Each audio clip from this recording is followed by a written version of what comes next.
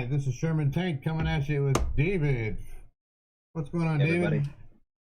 Man, it's been nutty out here in California lately, and I'm sure it's pretty nutty everywhere else right now too. But I was talking to my wife. We went out today to the store, and we'd already had everything that we possibly could need throughout this whole ordeal and experience. But people are panicking, and they're Oh, panicking really bad. You're seeing people who are antsy at stores. Shelves are empty. Costco's basically got nothing at it. Winco's got nothing at it. A few of the smaller stores are starting to get picked off too. Toilet paper's gone for whatever reason. The lemmings are freaking out and saying, "We all need to wipe our asses." hey, yeah, I know it's kind of nuts.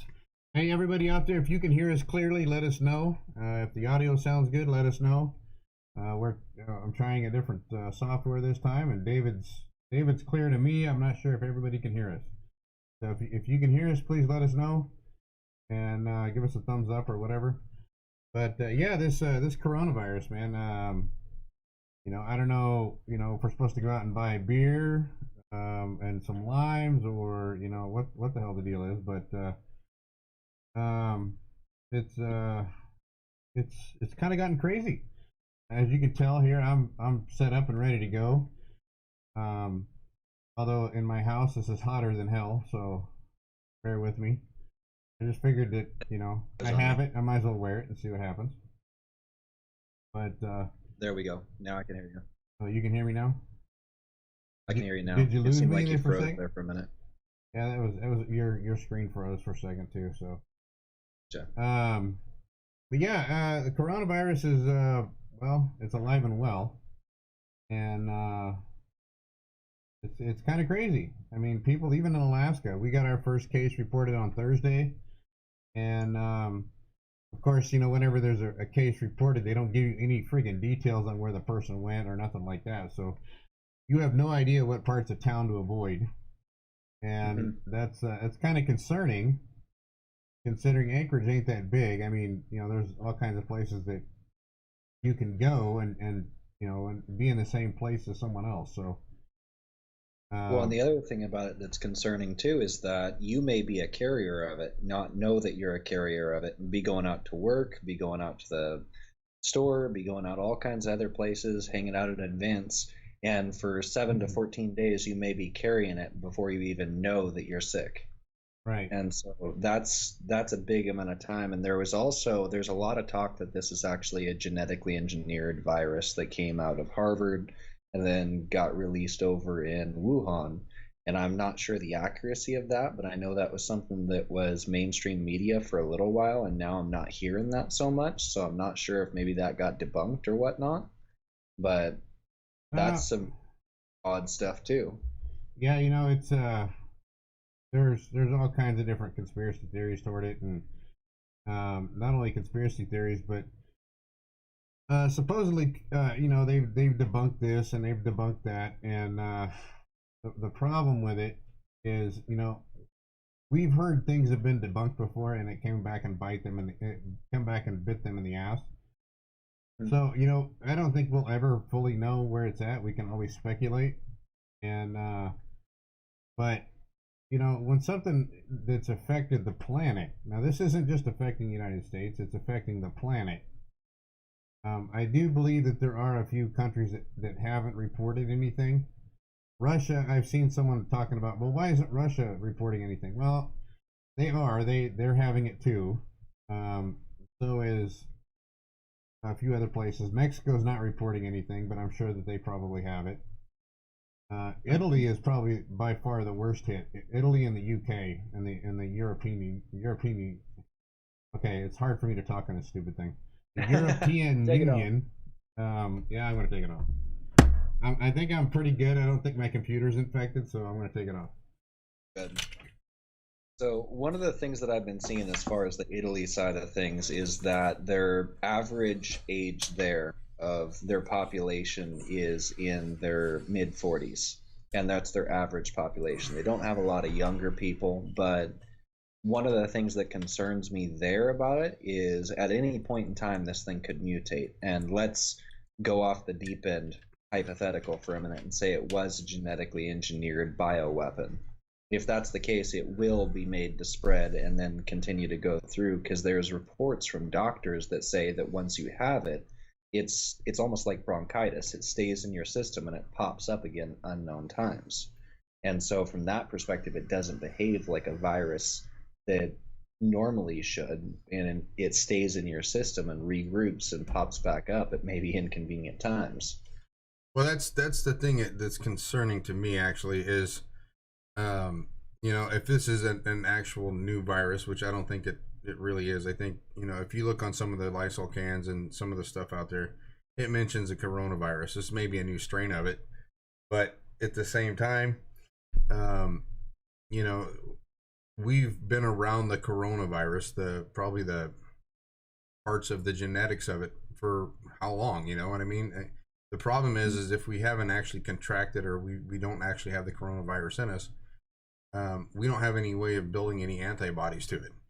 And like the flu, we get the seasonal flu every year. People die from it. I mean, we have people dying from it every year.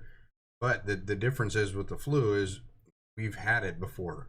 There's flu shots out there that some take, some don't. I don't personally take a flu vaccine for it. I haven't since high school. Yeah, I'm not a believer in the flu shot. From what I've seen, 60% of the time the flu shot isn't even taking care of the current flu that's going around and about. No, and that's part of the problem is, as many people get sick from the flu shot as that probably pretty much takes the flu or that gets the flu. So almost every time, the reason I quit taking it is every time I took it, I got sick, like within a week. Yeah. So I got to the point where I haven't had the flu since high school, knock on wood. I get a cold or so every year, especially up here in Alaska, because we have breakup up here. I came up last April, and I got sick pretty good. But we have what we call breakup, which is where all the snow and everything melts, and they don't clean the roads. So we have all the dust and everything that's been sitting in the snow that ends up on the streets. And as you're driving, I mean, it looks like smog in the city, but it's not really smog. It's just dust and dirt flying around in the air. So, of course, coming back up here in April is whenever it started happening. I didn't wear a dust mask or anything going back and forth to work or being outside. And I got sick. I got like bronchitis, and my chest, I coughed for like 2 months, and it was very unpleasant, but it wasn't life threatening. They gave me some stuff at the ER and good to go in about 2 weeks. So the problem with the coronavirus is supposedly we don't know enough about it. We don't know if it's mutating. A virus or whatever can mutate 3 or 4 times before they ever get a hold on it. And viruses are kind of smart. With that being said, a virus, you really can't kill it, so to speak. You can build your antibodies up against it, but they're like any other live living being. Is they adapt to it. They adapt and overcome. And viruses have been around since the beginning of the planet. There was walking on the planet. There was viruses out there that was ready and willing to kill it. So, we're never going to outlive it. We just have to figure out a way to, fight it and not have. First of all, the biggest thing about this whole thing is common sense.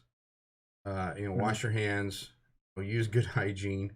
If you're wiping your hand with your butt, or wiping your butt with your hand, I'm sorry, it's probably a good idea that you need to wash your hands. If you're touching your face all the time, or even contacts. I'm wearing contacts right now. I wash my hands before I put my contacts in my eyes. I will wash my hands before I take my contacts out. Washing your hands doesn't kill everything, but it'll kill 90% of it. So it's a good idea to, anything that you're messing with your face, it's a good idea to clean your hands and all that kind of stuff. It's just good hygiene. You learn this stuff in high school and middle school. Unfortunately, not everybody uses it. And unfortunately, not everybody has access to things that have good hygiene, unfortunately. Well, the other thing about it is too that people are going whack right now about getting all the hand sanitizer and stuff like that. You are so far better off just getting yourself some soap and water and rubbing and scrubbing your hands, because you can see it under a UV light. It's not as good if you just go through and put some hand sanitizer on your hands and think you're good. The military originally developed it so that it would be put on hands and then washed off, and then it would be better than what soap would be. But the other thing is, if you can get alcohol and mix it with some aloe vera, you got hand sanitizer just on its own. Well, So there's get some another thing too. If you can't find hand sanitizer, I actually do a lot of reloading and stuff. There's another chemical that you can buy. It's called liquid lanolin. If you can't find aloe vera, you can't find certain things to mix the alcohol with, liquid lanolin works just as well, and it'll actually soften your skin too. I actually use it as a lubricant for reloading rifle shells. It works really, really good. It keeps your skin moist, and it's the same thing. You mix it with straight alcohol, and it doesn't have a smell. If you don't like having a smell on your hands, some people are allergic to things, so that's something else that you can. And I have it in a spray bottle, so if I want to clean my hands or whatever, I just spray it on my hands, rub it in, and I'm good to go.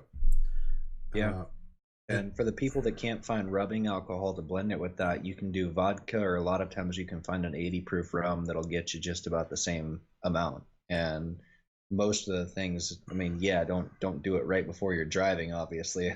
But Right. it's going to be better off than nothing. Another thing that you can use, and it's a last ditch thing. I mean, if you can't find anything else, go to the gas station and buy a bottle of Heat. Heat is 99% alcohol anyway. It's supposed to, you guys down there, I'm sure, have it. All your auto stores have it. Up here, we have it a lot because we have people that drive diesels, and the Heat, what it's meant to do is it's meant to break up the ice in your fuel lines. Heat is actually an alcohol, 99% alcohol. There may be one or two other things in there, but it's not going to hurt you.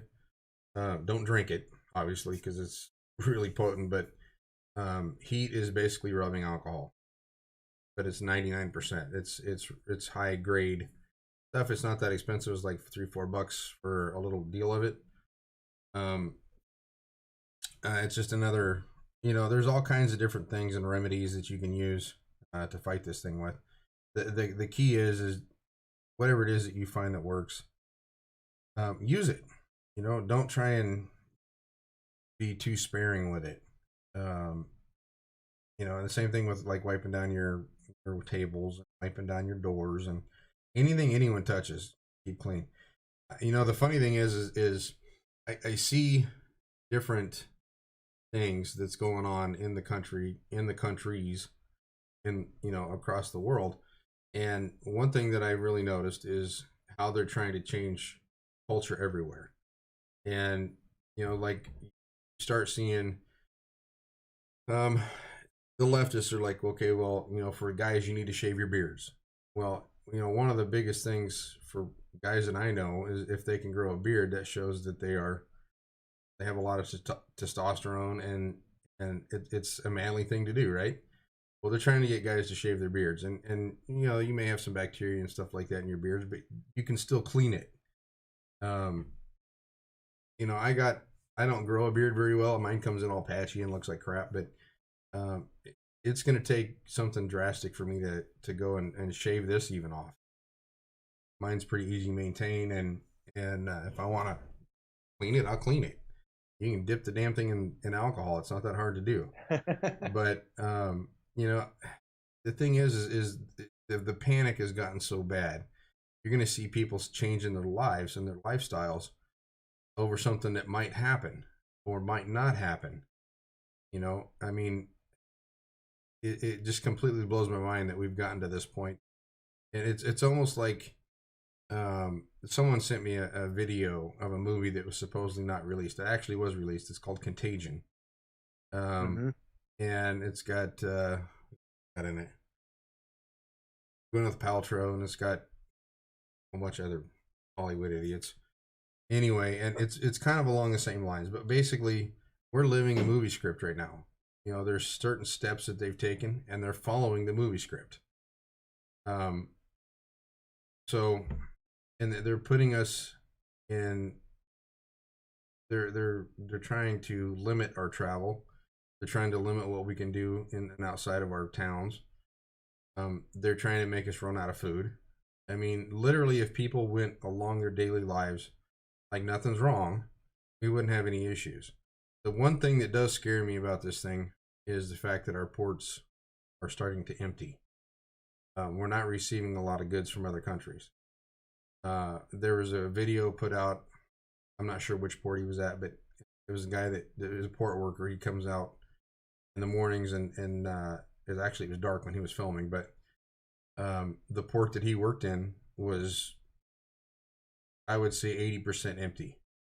And you know, he said, he showed where he was standing. He said usually there's connexes that are just lined up from the water to where he was at, and he was like a quarter mile away.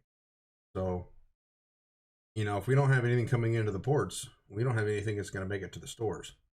And this is the biggest thing that scares me in all of this is I'm not too concerned about the coronavirus. I'll go in a little bit on the stats on the coronavirus. It could be very deadly and it could be very scary, but we're talking about the flu times 10 is literally what we're talking about.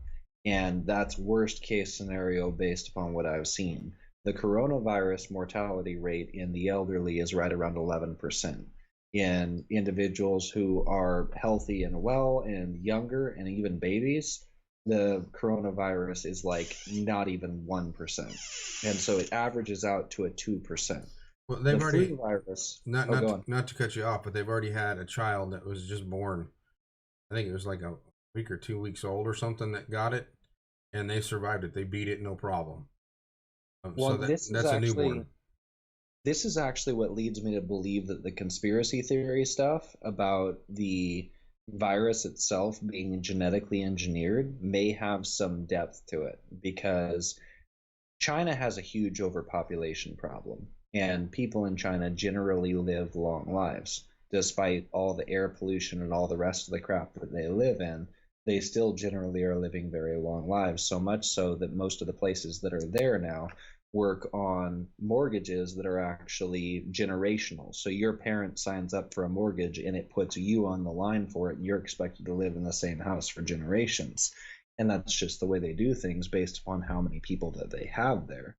And so with all of the riots and the things like that that have been going on over in Pakistan, Iraq, Iran, also in China, over in the Hong Kong provinces, what's the best way to keep people inside and mandatorily keep people inside is to release something like this that also is going to take care of your elderly population. Mm-hmm. And so that's why you see places like Italy, which are having mortality rates which are off the charts. Basically, 1 in 15 who's gotten it has died. Right. They've only had 15,000 cases, and last I checked, they had 1,006 people who died from it. And so the scariest thing about this is, like you said, the ports and the amount of trade that's being cut off.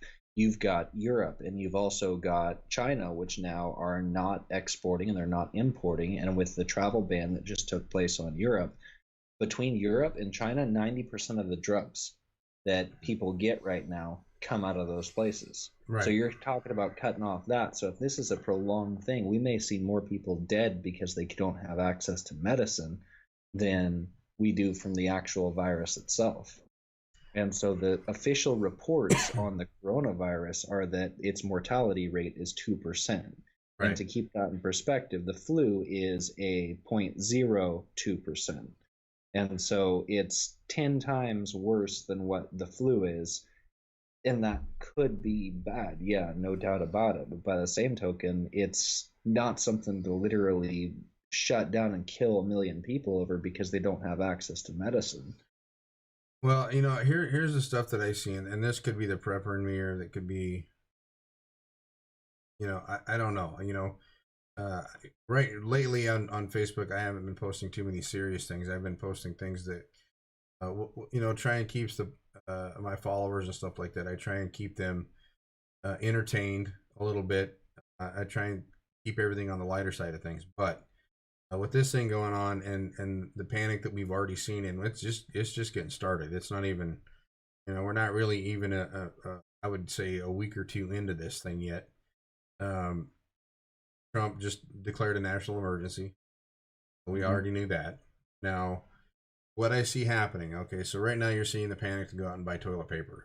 And, the store shelves are emptying and they can't keep up with the demand. What's going to eventually end up happening, and in some places, some of it's already happened, you're going to start seeing people fighting over different goods. We've already seen people fighting over toilet paper. There's a video going around where an older woman's fighting a younger woman for one deal of toilet paper, and people are you're starting to see the price gouging going out about alcohol, sanitizer. You're starting to see all that kind of stuff. So what's going to eventually end up happening is you're going to start having shootings. You're going to start having people looting some of these big stores like Costco, the pharmacies, CVS, Walgreens, places like that have medicine. And, if you've ever watched one of those big movies or even The Walking Dead, you're going to start seeing people looking for supplies. Not during the day. They're going to be out at night looking for this kind of stuff. And if they see, don't even be surprised if you leave a store with a bunch of stuff and someone sees you get in your car. Don't be surprised if you don't get people start following you home.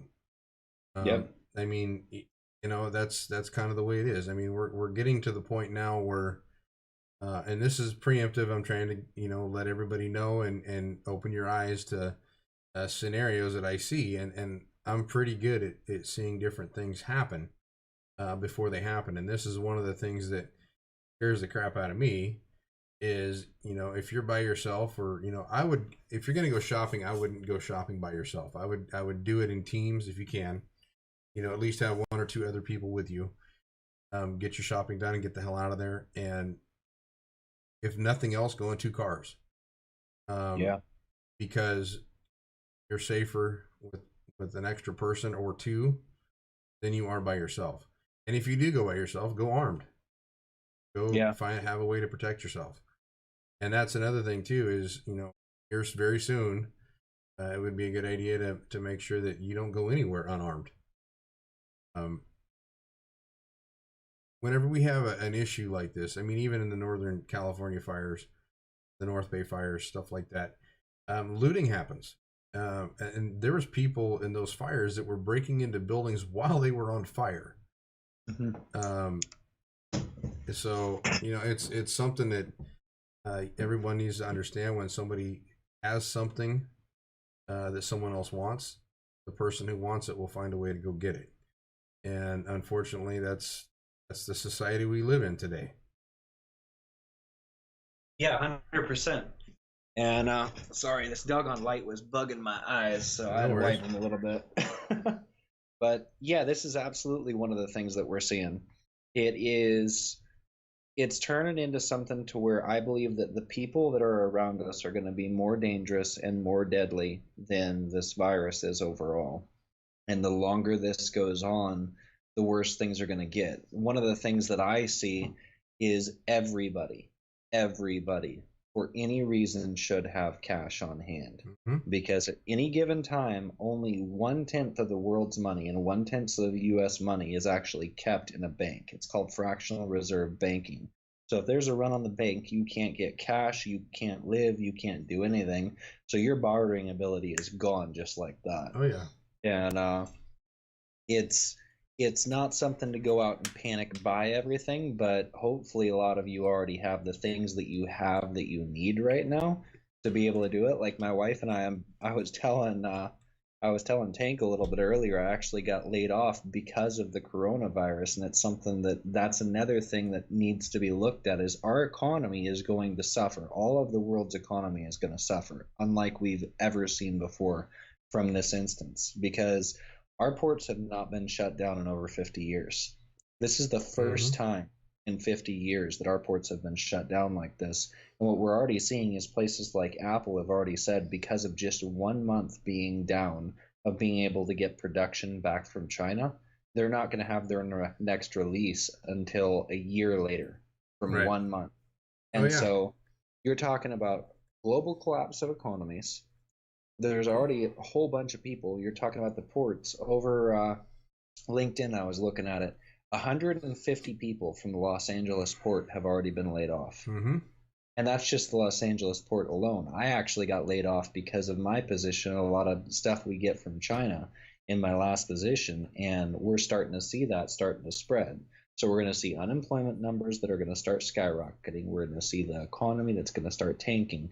People might start pulling out their money out of the 401k, and based upon what I've seen just upon the 2008 crash, we could see the Dow go down anywhere from 5 to 7,000 points more, just to be equal to where we were back in 2008 as far as the percentages that it fell. Well, look at what the Fed's already pumped into it. How many times have they done that? They've injected money into it, what, like 6 times? Yep. And with what we've been doing, we've already been on a teeter-totter of going through and being on very dangerous territory with our economy. I've been saying it for a long time that we need to rip the Band-Aid off and go ahead and increase interest rates. Otherwise, we're going to see another 2008. Because what you have is you have the Federal Reserve, and I really enjoy Trump. I love him as a president, but he's also been pushing for even negative interest rates to be able to grow our economy at this time. But the problem is when you get into those type of negative interest rates or low interest rates, people think, oh, well, it's free money. I should just go ahead and do this right now, when they have no business doing it. Next thing you know, we have an epidemic like this that comes along. People start getting laid off. People aren't making their payments. The whole entire economy collapses, and we've got 30% layoffs. Right.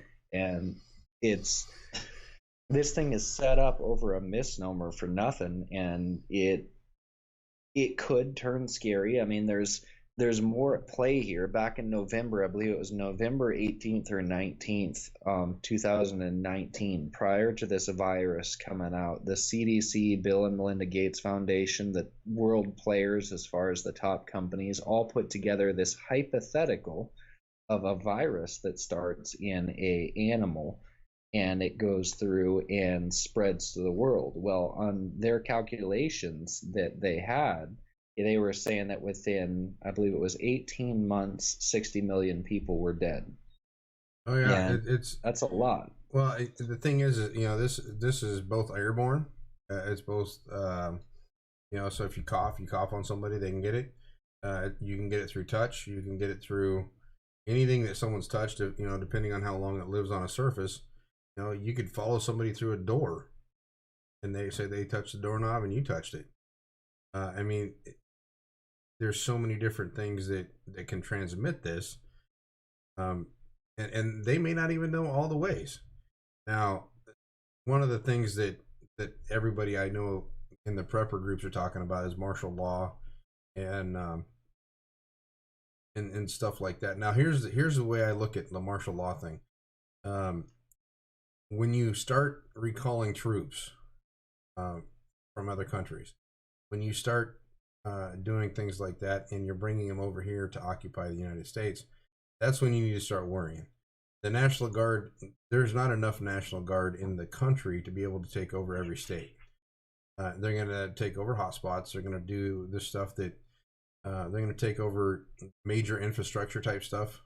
They're going to watch probably the power grid, and they're going to watch the stuff that we absolutely need to survive. But eventually those people are going to get sick of the stuff that they're doing too, and they're going to want to go home and protect their families if it gets bad enough. Well, and we're already seeing that to some extent about the martial law portions of it. The Illinois mayor, I'm not sure if you heard, but he did some scary shit today. So the Illinois mayor has signed an executive order granting power to ban the sale of guns and alcohol while addressing the coronavirus. This is on the Washington Examiner. And it says the mayor of the campaign, Illinois, gave herself the power to ban the state sale of guns and alcohol after declaring a citywide emergency to address the coronavirus. And they're shutting down all of these different things. I don't know why you'd be banning alcohol right now, considering rubbing alcohol is completely sold out. So alcohol is your next best bet. If you absolutely can't get a place to wash your hands, then yeah, get yourself some vodka and just splash it on your hands. People have been doing it on gunshot wounds since the 1900s. Well, and Illinois is not the only place that's gone crazy. New York has already called in the National Guard there in one little area. I mean, there's so many things that can go wrong with this. I mean, we're still letting cargo planes fly in here. That's how we got our one case. Was we had a cargo pilot that flew into Alaska, started feeling sick while he was here. Had been overseas. The guy's a foreign national. He's not from here, and luckily he had been probably briefed or whatever at the airport. If you start feeling sick, yada yada yada. But he was staying at actually a Sheraton hotel here in Anchorage, and started feeling sick, and then ended up going to the hospital. But it sounded like there was 3 firefighters that ended up helping him. What the thing is they're not letting the public know is how did he get to the airport, or I mean, sorry, how did he get to the hotel? How did he get from the hotel to the airport? Was it Uber? Was it did the fire department take him? I mean, who knows? What this guy came in contact with, or how many people he came in contact with, his flight crew. There's so many unanswered questions, and there's a lot more of those than there are answered questions. They didn't say what country he came from, what his origin was. There's a lot of things. I think that supposedly what they said was once he realized he was sick, he started wearing a face mask, so he was, he wasn't spraying out droplets or anything like that. But it doesn't matter. Once you're contagious, pretty much anything you touch can transmit.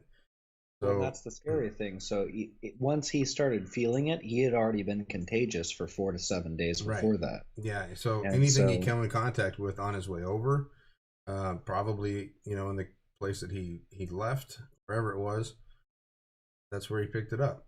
I'm Well, and guessing. think about planes too for a minute. Planes are recirculated air. So yeah. everybody that stepped off of that plane, once they touched down and went throughout Anchorage, they all ended up going through this issue and this problem. Right. And that's the thing that's the thing is airplanes and here's a bad thing. My boss, the guy that I work for, he's in Hawaii right now. And there's cases in Hawaii. I don't think that there's a state that's been untouched. I think West Virginia was the last place I heard that it hadn't hit. It was us, them, and Idaho. Idaho's now got 2 cases. We have a case, and we probably have more than that. I read an article somewhere today that said that, and it's a very, very real possibility that there are, if this is as contagious as they say, I should say, then there literally could be 500,000 people infected by it already. Now, here's the thing that I don't know, and I don't think that there's any data on this yet. So when I was a kid, we had a kid in our high school that was a carrier of strep throat, and this guy literally never got sick. He never got any kind of thing, but he always tested positive, and he was known as a carrier. He never actually got sick. It never affected his body, but when people started coming down with strep throat, they kept him home. And the reason was because he would spread it, but it didn't affect him. He would go around and everything was normal for him. And it's something to do with his antibodies in his body, something to do with his maybe his blood type, I don't know. But it never affected him. He never once got it growing up. But if 2 or 3 kids came down, he'd been flagged as a carrier, so they wouldn't let him come in. And that's how our school took care of it. So what my question is on this whole thing is, with just about every kind of virus or just about any kind of sickness, there are those people who don't get it and may test positive for it but never have any symptoms. And those what I'm guessing, I would assume, would be the carriers of the stuff. I haven't seen any data on this stuff yet. So I don't know, if there are people walking around that aren't going to get sick and don't ever show any symptoms that carry it, how they're going to detect that. Those would be the people that I assume that you would want to find out why it doesn't affect them, and see if you can't make the rest of the population the same way, I guess. But Absolutely. Everybody reacts to illness differently, and we're all individual people, and we all have different issues. I had my gallbladder taken out 7, 8 years ago. And when they did it, it affected my liver. I actually went jaundice for a couple days. And They mentioned, now I don't know if it's an actual diagnosis or not, but if you look at my medical chart and my medical record and everything, they mentioned that I had an autoimmune disease, and they mentioned lupus. Now I don't take any drugs for it. It doesn't affect me other than I'm fat, um, and I do swell up for certain foods. I feel like I'm bloated or whatever, but it doesn't affect my health. Now I don't know if this would be something that was going to make me sick or kill me or whatever. I don't know. I'm not going to change my life around it. If I die, I die. I hate to say it, but I'll be as cautious as I can, but I'm not going to upend my life just to appease a bunch of people that say that it's going to kill me. So, I think that if everyone went around and acted like normal, did their daily lives, I mean, we have things that can kill you every day. You could step off a street corner and get hit by a bus. You could be driving down the road, a wheel could fall off your car and roll it.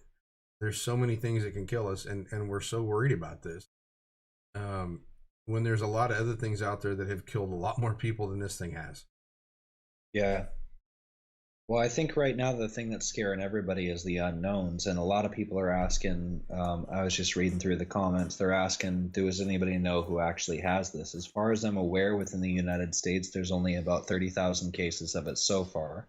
The scariest thing about this is that the individuals who contracted those cases, the 30,000, by the time they went and got tested, they had already been in contact with hundreds of thousands of people. Oh, yeah.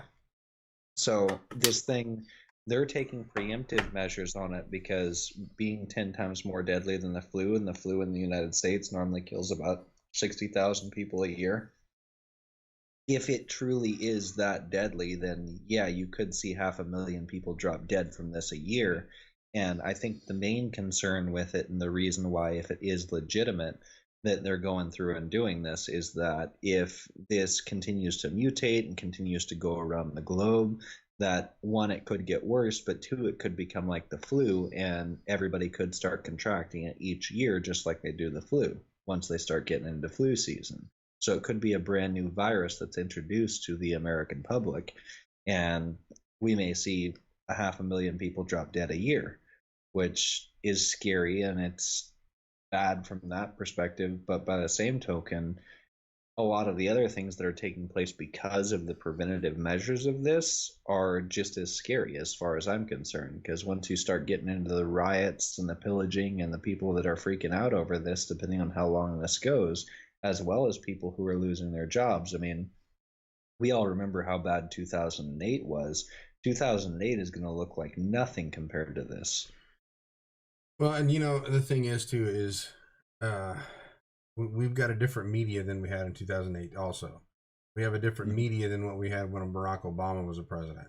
They didn't push this stuff near as bad when we had H1N1. We didn't have it near as bad whenever they had the swine flu. There's so many things that have changed since we've had a media that's not scared to scare people, is essentially the best way I can put it. I fully blame the media for the craziness that we're seeing right now. Well, the media across the board is to blame for a lot of these things. There was a study, I mean, not to get off topic, but the study on school shootings, for instance. School shootings have not gone up since the 1980s. The only difference is now it's in our face for 3 days at a time, over and over again. And they're constantly saying how this is, and they're talking about all the people that need to do it. I mean, take the AR-15 that they're trying to ban in California once again. You go through and you look at that. There's been 21 deaths nationwide from the AR-15. So really, what's the problem? There's more people that are dying from vaping, like off-brand shit, than there are from an AR-15. I mean, there's more people dying from all kinds of other things. There's more pool drownings, but yet we're going after this and labeling it bad. But the media does this over and over again, and we're seeing political spheres that are starting to take care of this and starting to jump on it as an opportunity. One of the things Bernie Sanders, in true fashion today, this is from Breitbart as of today, Bernie Sanders calls for construction of emergency housing over coronavirus, in the true form of a socialist, where he's trying to do this. And the other thing is an article. This one is This one's again fear mongering, and it's scary. This is from commondreams.org.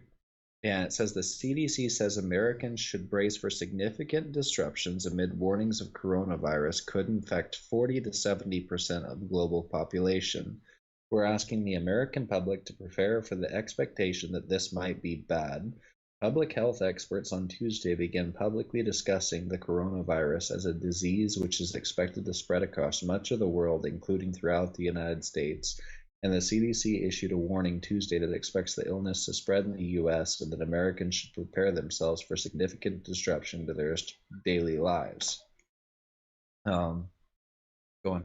Well, what I was going to say is, you got someone out there that's already running on a socialistic platform, and if you look at China, and they've mentioned this a couple times, China's done a pretty good job of containing this, even though that it started over there. So now they've had what, a month and a half, 2 months of dealing with it already, and they're starting to get some containment on it, right? So, but if you look at the methods of what they're doing to contain this supposed contagion, whatever you want to call it, they're literally dragging people out of their houses. They're not doing things like we would do them over here. They're dragging people out of the subway by their hair. They're dragging them at gunpoint and putting them in vans.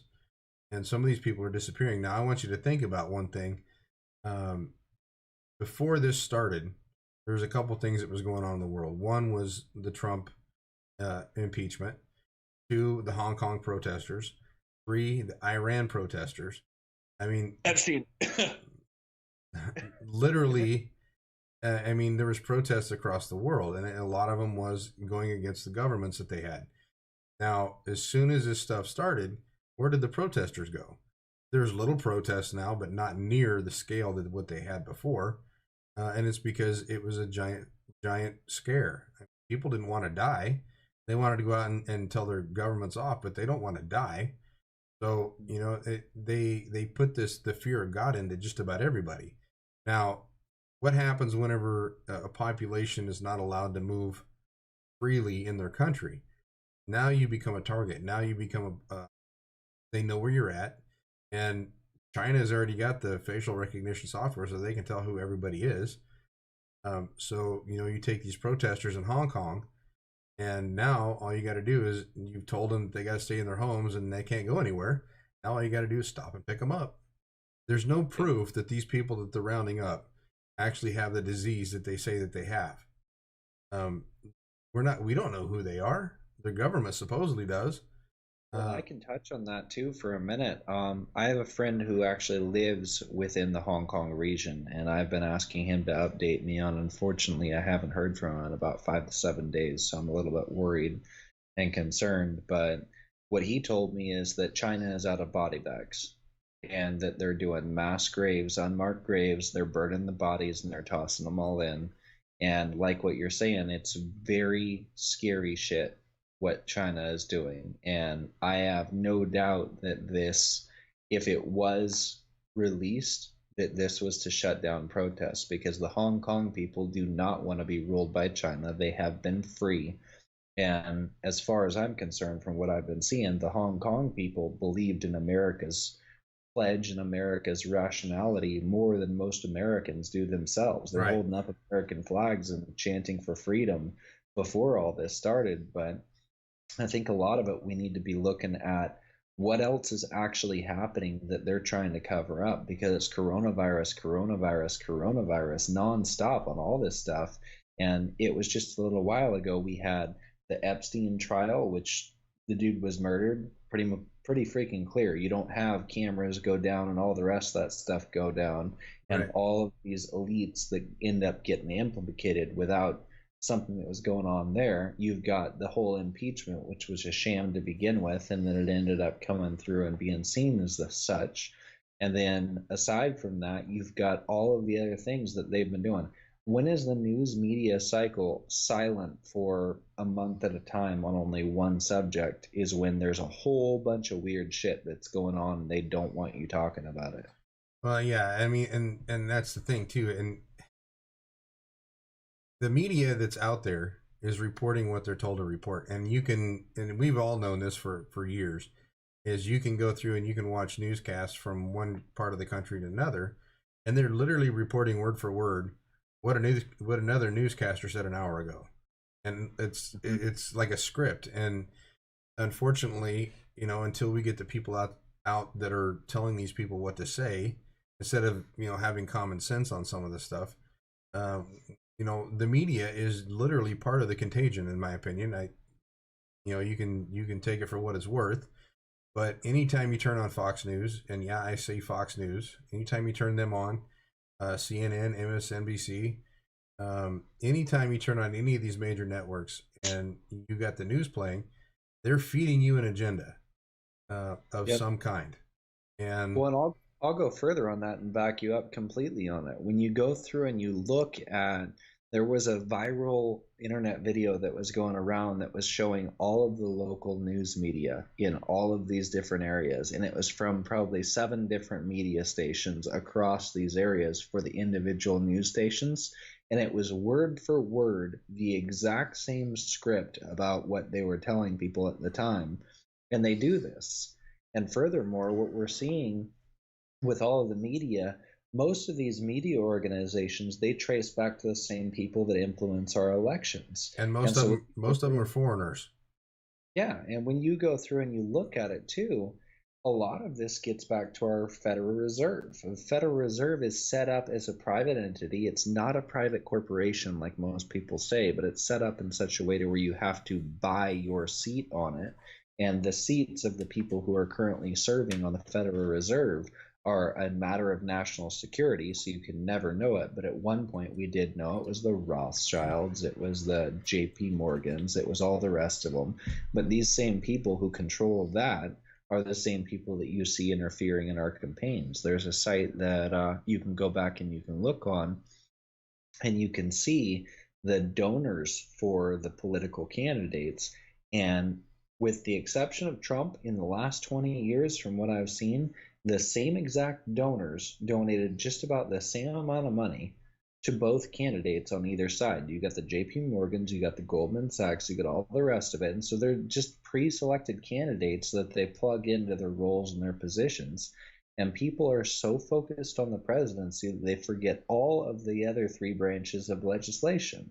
So you've got the president, you've got all the rest of it, and you've got to be able to focus on the rest of it, because the president really doesn't have that much control, as we've seen. The president, he's trying to do the best that he possibly can in a completely corrupt government, and half of these quote-unquote Republicans are snakes. Oh yeah, that's a given. I mean, the only power that Trump has is, the executive power to write an executive order. And to be honest with you, I think Barack Obama's written more executive orders than what Trump ever has. And I'm surprised that Trump's not using his executive power to write more of them. But the problem with it, and I'm still I still don't know, for 100% sure, and I don't think anyone does. I mean, everyone wants to support him 100%, but I don't know if, there's been some things that have kind of, made my eyebrows go up a little bit, and certain things he says and certain things that he allows the media to push him into. Like, I mean, it's probably a good idea with this, if it's as real as they say it is, to not have rallies. But think about it. We have 3 presidential candidates. One that has the biggest rallies on the planet, always. There's always a packed stadium. And you have 2 other ones that have, 30 people, 100 people show up at theirs. And Trump literally let the media, and the Democrats shut his rallies down. I guarantee you, with the diehard Trumpers that are out there, if Trump wanted to hold a rally tomorrow, the stadium would be full, regardless of the coronavirus. No doubt. So, I mean, that right there shows you the power of the media, shows you the power that the Democrats still hold over him, unfortunately. And hate to say it, but, I guess Trump was tested for coronavirus, and they came out today and said he was negative.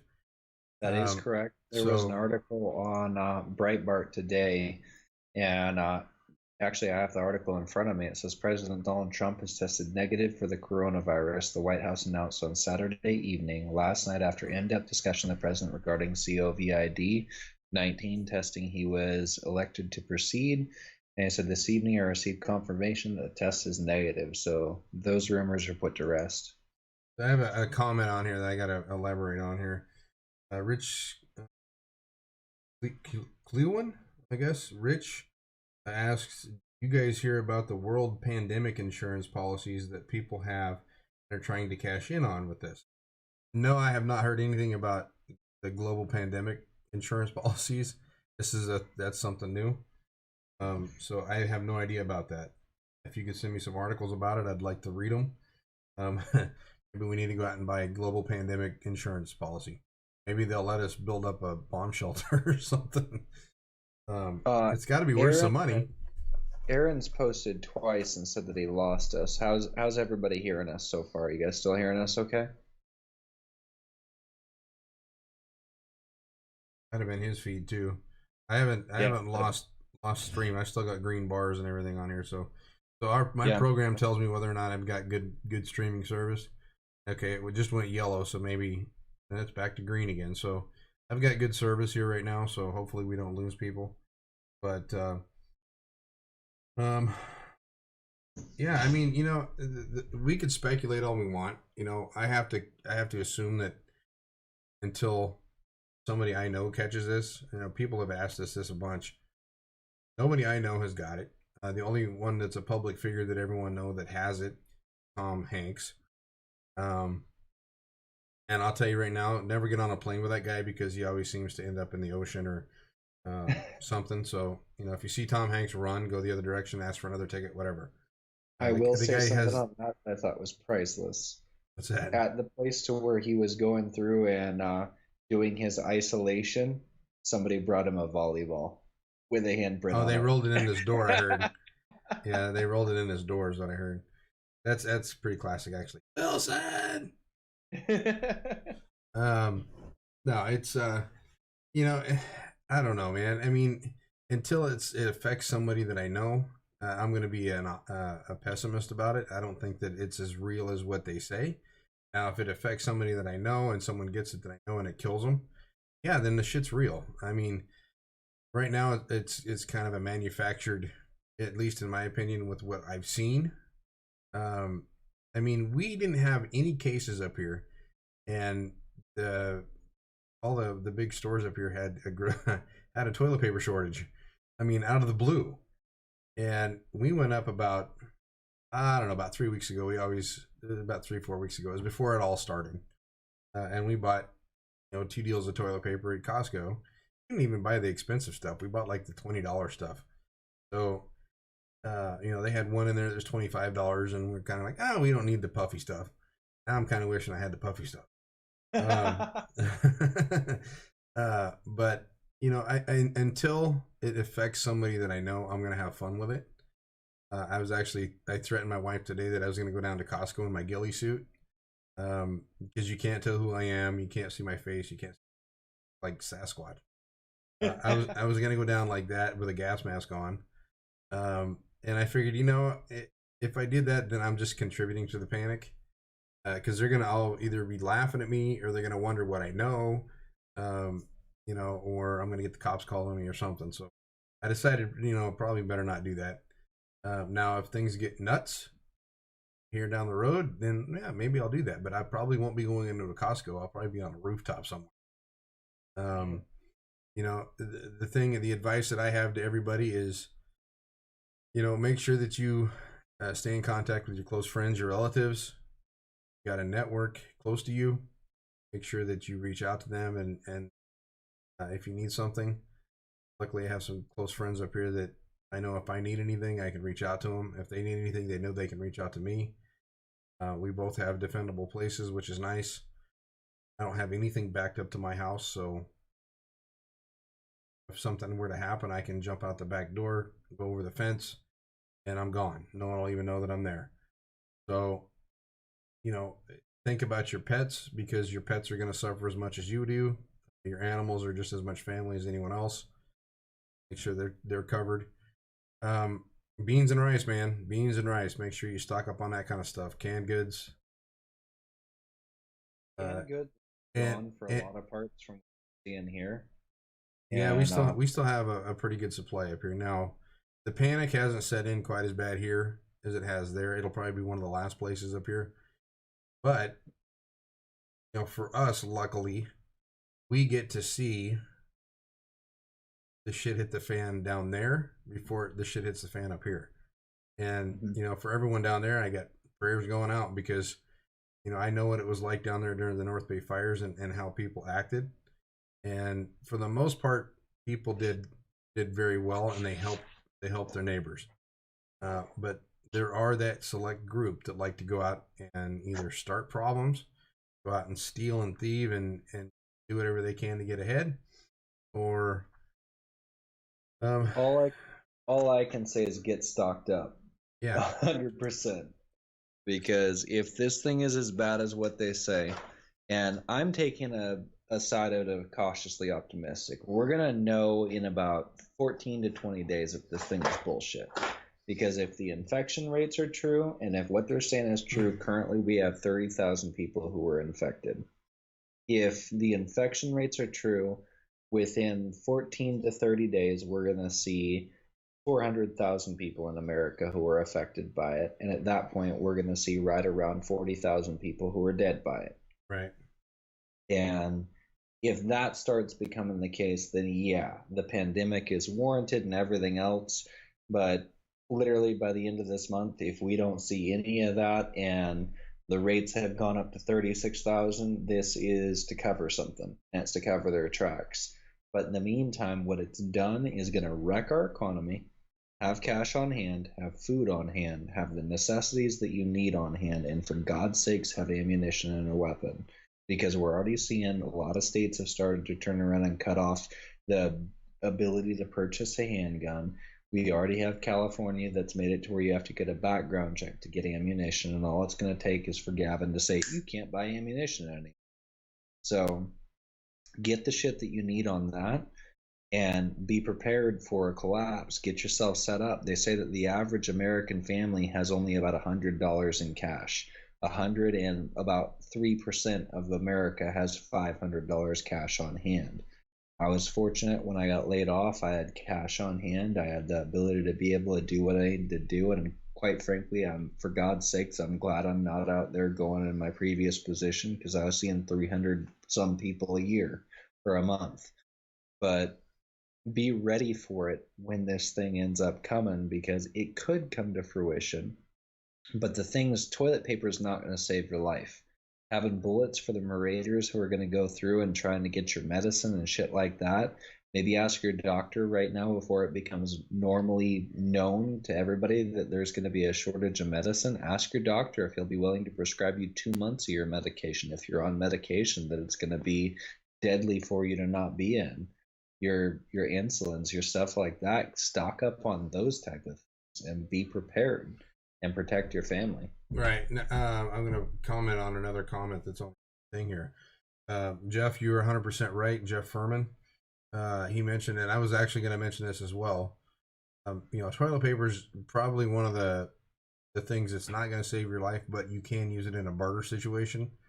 And, cash is great to have on hand. But here's the thing with cash. If we end up losing the financial institutions, if stuff really, really goes bad, I want people to kind of think about what it was like in the Great Depression. The Great Depression was a very, very rough time. My grandfather grew up during the Great Depression, and they got by a lot of times on trading things with people in the towns. Now, with that said, anything that you have that you can barter, whether it's your skills, whether it's something that someone else needs that you can trade for something you need, bartering is something that if you've never done it and you've never traded for something. I've traded vehicles before. I got sick of driving one vehicle, I traded for another one. Bartering is a great way to be able to stay alive, and it's a skill that everybody needs to have. So take stock in what you have and figure out if there's anything that you can barter that you don't absolutely need, and you never know, you might want to offer it up. Of course, selling things like that, that's great too. But cash is one thing, but if you have something worth value to someone in a situation like this, make sure that you keep it handy, because it could come in very handy down the road. And ammo. Say you got a gun that you don't use that often, ammo that, and someone has it, and that's what all that they use. That may be a good way to barter. The idea is Americans, we're smart for the most part. You know, with what's going on right now, it doesn't seem that way, but a person can be smart. Mass mobs can be completely stupid. And when you get enough people together, the intelligence level of those people drop exponentially. So, stay out of large groups if you can keep from it. I'm looking at some things too. So we don't have any sports going on right now, right? Even NASCAR, and these guys drive alone in their cars. It blows my mind that we don't even have NASCAR on TV right now. Well, I think a lot of that too, though, has to do with the congregations of people that would go to see NASCAR. I agree, but I mean, they can still run the races. I mean, shit, put the drivers in their cars and let them have a good time, and we'll watch from home. Yeah. Even my sport, the sport that I bowl in, the one I love, bowling, they've canceled nationals, they've canceled the PBA, they've canceled college bowling and stuff like that. My business is still open. We go through and we disinfect all the bowling balls every night. We're doing what we can to keep the spread down, but we have a state tournament coming up in 2 weeks, and I don't know if we're going to have it. They haven't canceled it yet, but I know that we have a gun show that was scheduled for somewhere in the middle of March. It should have been coming up, and it's going to be in a big auditorium, and I think they've canceled that. So, anything that has large groups of people trying to avoid, and even if we do find out that this is crap, we're probably going to find out that it's crap after the mayhem has hit the fan. Is the best. Yep. Is my the shit has hit the.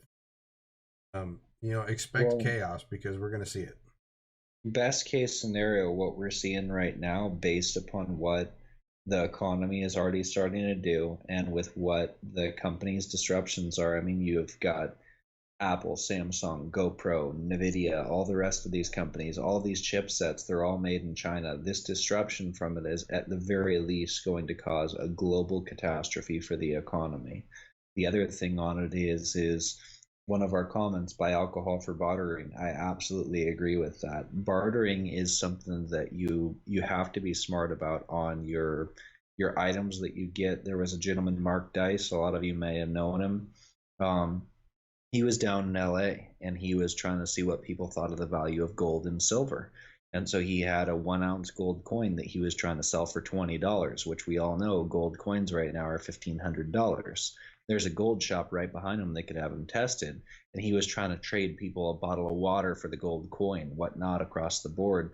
Most people wouldn't accept it. People don't believe or have an understanding of gold or silver's value anymore. So it's not actually a great bartering item, dependent on your location. If you've got a bunch of lemmings who are around you, like in my case, I'm in California, I don't honestly believe that there's a bunch of people around here that would have an understanding or even a belief that that's real gold.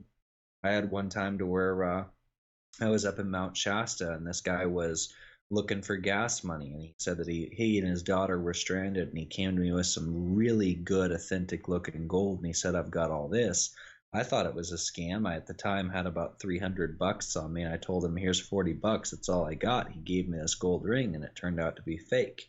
So you've got a lot of that that's going into it. And nowadays, gold and silver, I mean, the plating and the things like that that's on them, it's so hard to tell whether or not it's real or not. I would very much say it's probably not one of the best bartering utensils with how good the fakes are nowadays. And that's the scary thing. So you have to figure out the things that are actually going to be needed by people in those times, and a lot of that, I mean, it could be medical bandages, it could be alcohol, it could be painkillers, it could be medicine, it could be anything along the lines of that, but you have to focus on what may actually be useful at a time when there's looting and there's mass amount of hysteria and people who are losing their jobs and going out, quite frankly, and robbing people blind.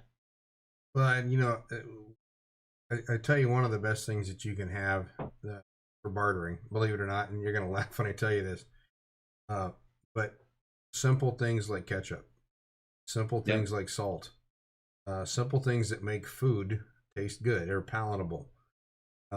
If you have that kind of stuff, and say someone's been eating MREs or they're eating stuff that is just hard to choke down, you give them something to help it taste good, and that right there increases the value.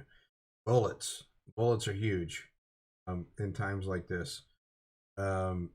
Clothing, if you got extra clothing that you can't wear, that's a great barter item. You know, little stuff like that, and you know, there's other bigger items. I mean, if we end up getting to the point where they, you know, power starts to we have a disruption in power. Excuse me, held some dirt, or dust or something. Corona. Yeah, yeah, coronavirus. My shit's infected. No, if you, well, we've talked for over an hour, so my throat's getting dry. I've already refilled my glass. You know, think about things that in generators or stuff like that. Gasoline is a good barter stuff. You know, anything that can burn. If we end up without any power, anything that can burn is good barter, because now you've got a way for someone. There's so many different things out there, but you got to be willing to do it. You got to know what the value of the stuff that you have is. Keep in mind, the stuff that you have is only as valuable as what someone's willing to trade you for or pay for. So, you know, if you have something to barter and someone has something less to barter, you know, you're going to have to think about how valuable it is to you and how valuable it is to the person that wants it. Well, So, depending on the state that you're in too, like Alaska, I'd imagine it'd be crazy for heat and things like that. We're going into a time in California to where most people are going to be able to get by without heat and electricity. But depending on your location, there's a company called GearBest on Amazon, for instance, and they sell a wood stove that you can pick up. It's only like $110, but it's not meant for indoor use, but you could easily plumb it to be able to go outside, and it could save your life if you're in 30 below and things like that. Your temperatures are going to be dependent on your location, and 100% agree with that statement. you know, another thing too is soap, hygiene products.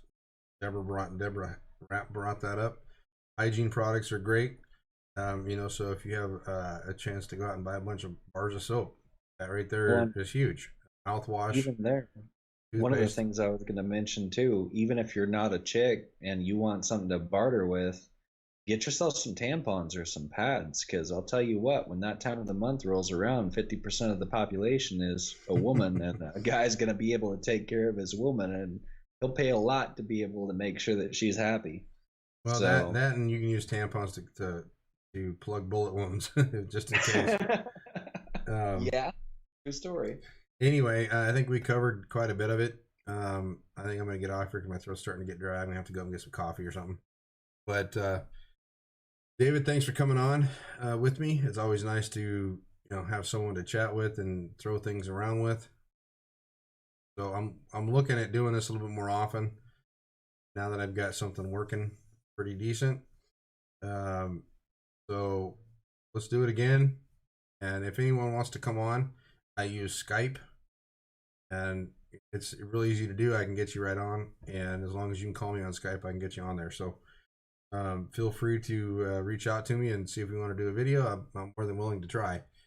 So we need more people out there doing this kind of stuff, because during the end of the world, this may not be an option anymore. So we have to be able to communicate. We have to be able to talk to each other, support each other whenever we can. So David, again, thanks for coming on. And for those of you, and I know David said he lost his job and he's looking for work. So anyone that needs any kind of web design or stuff like that, like my intro, David designed my intro. So if you guys want to do something like this and trying to get you some work, David, Sounds good. reach out to David, and his name is David Johnson on Facebook, and hopefully you guys can work something out. But I'm hoping to do this a little bit more often, get more people on, and get people informed. Right now is kind of a critical time in the American history, so let's to good for information there. Thank you guys. Well done. Thank you, Mark. I much appreciate that. I love all my peeps. Thanks for following me and supporting us while we're doing this kind of stuff. Love you all. If you need anything, reach out. And other than that, this is Sherman Tank and David Johnson, and we are out of here. Good deal.